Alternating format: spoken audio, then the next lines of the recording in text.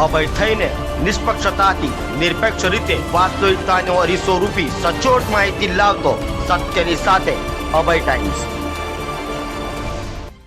સુરતના વરાછાના fire brand ધારાસભ્ય કુમાર કાનાણીએ ફરી લેટર બોમ્બ ફોડ્યો હોય તેમ પાલિકા કમિશનરને પત્ર લખીને ખાડા રાજમાંથી શહેરીજનોને મુક્ત કરાવવા માંગ કરી છે। સુરતના વરાછા ભાજપના ધારાસભ્યએ ફરી એક વખત તંત્રને લઈ લેટર બોમ્બ ફોડ્યો છે। શહેરની જનતાને ખાડા રાજના ત્રાસથી મુક્ત કરાવવા ધારાસભ્ય કુમાર કાનાણીએ પાલિકા કમિશનરને પત્ર લખી શહેરીજનોને મુક્ત કરાવવા માંગ કરી છે। કાનાણીએ લખેલા પત્રમાં ઉલ્લેખ કરાયો છે કે લોકોને સહન ન કરી શકે તેવા ત્રાસદાયક રસ્તાઓ ખાડાઓનું સામ્રાજ્ય ઊભું થયું છે। સાથે ટ્રાફિક સિગ્નલ લોકો પાલન કરી રહ્યા છે। 60 સેકન્ડ માટે સિગ્નલ ખુલે પરંતુ ખાડાઓમાં લોકોના વાહનો ચાલી શકતા નથી। ખાડાઓમાંથી વાહનો નીકળે તે પહેલા તો સિગ્નલ બંધ થઈ જાય છે। ખાડાઓના કારણે ભારે ટ્રાફિકની સમસ્યા ઊભી થાય છે, જેના કારણે સિગ્નલનો હેતુ પણ રહેતો નથી। ખાડાઓના સામ્રાજ્યના કારણે લોકો ત્રાહિમામ પોકારી ઉઠ્યા હોય પાલિકાનું તંત્ર મૂર્છા અવસ્થામાં હોવાની સાથે ઊંઘી રહ્યું હોવાની વાત કરી હતી અને યુદ્ધના ધોરણે રસ્તાઓની રિપેરિંગ કામગીરી કરવામાં આવે તેવી માંગ કરી।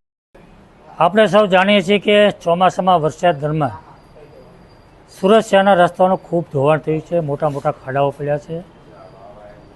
અસહ્ય ત્રાસદાયક રોડ તૂટી ગયા છે। જોકે ગુજરાત રાજ્યના બીજા મહાનગરોની અંદર બીજા જિલ્લાઓમાં જે વરસાદ પડ્યો છે એના પ્રમાણમાં સુરતમાં ખૂબ ઓછો વરસાદ પડ્યો છે, છતાં પણ રસ્તાઓનું ધોવાણ થયું છે।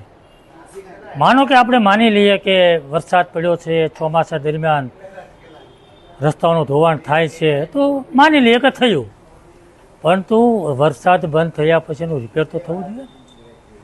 રસ્તાઓનું રિપેર, ખાડાઓનું રિપેર તો થવું જોઈએ ને। આજે લગભગ 4-5 દિવસથી વરસાદ બંધ થયો છે।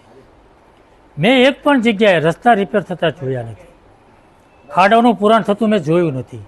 એટલે મને એવું લાગ્યું કે તંત્ર ઊંઘે છે, વહીવટી તંત્ર હજી મૂર્છા અવસ્થામાં છે અને એને નિંદ્રામાંથી જગાડવા માટે, મૂર્છામાંથી બહાર કાઢવા માટે મેં આ પત્ર કમિશનરને લખ્યો છે અને વહીવટી તંત્રના વડાને પત્ર લખ્યો છે અને સાથે સાથે શાસકોના પદાધિકારીઓને પણ આ વાત મેં ધ્યાન પર। મને એવું લાગે છે કે આજના આધુનિક ટેકનોલોજી યુગની અંદર આનું કાયમિક નિરાકરણ થવું જોઈએ। મેં અનુભવ કર્યો છે કે સુરત શહેરની અંદર જ્યાં પણ રસ્તાઓ ધોવાય છે, જ્યાં પણ ખાડાઓ પડે છે, દર વર્ષે એકને એક જગ્યાએ પડે છે।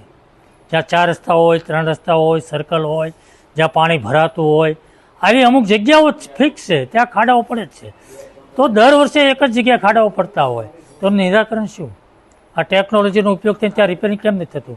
આરસીસી રોડ કેમ નથી બનતો? બેદરકારી,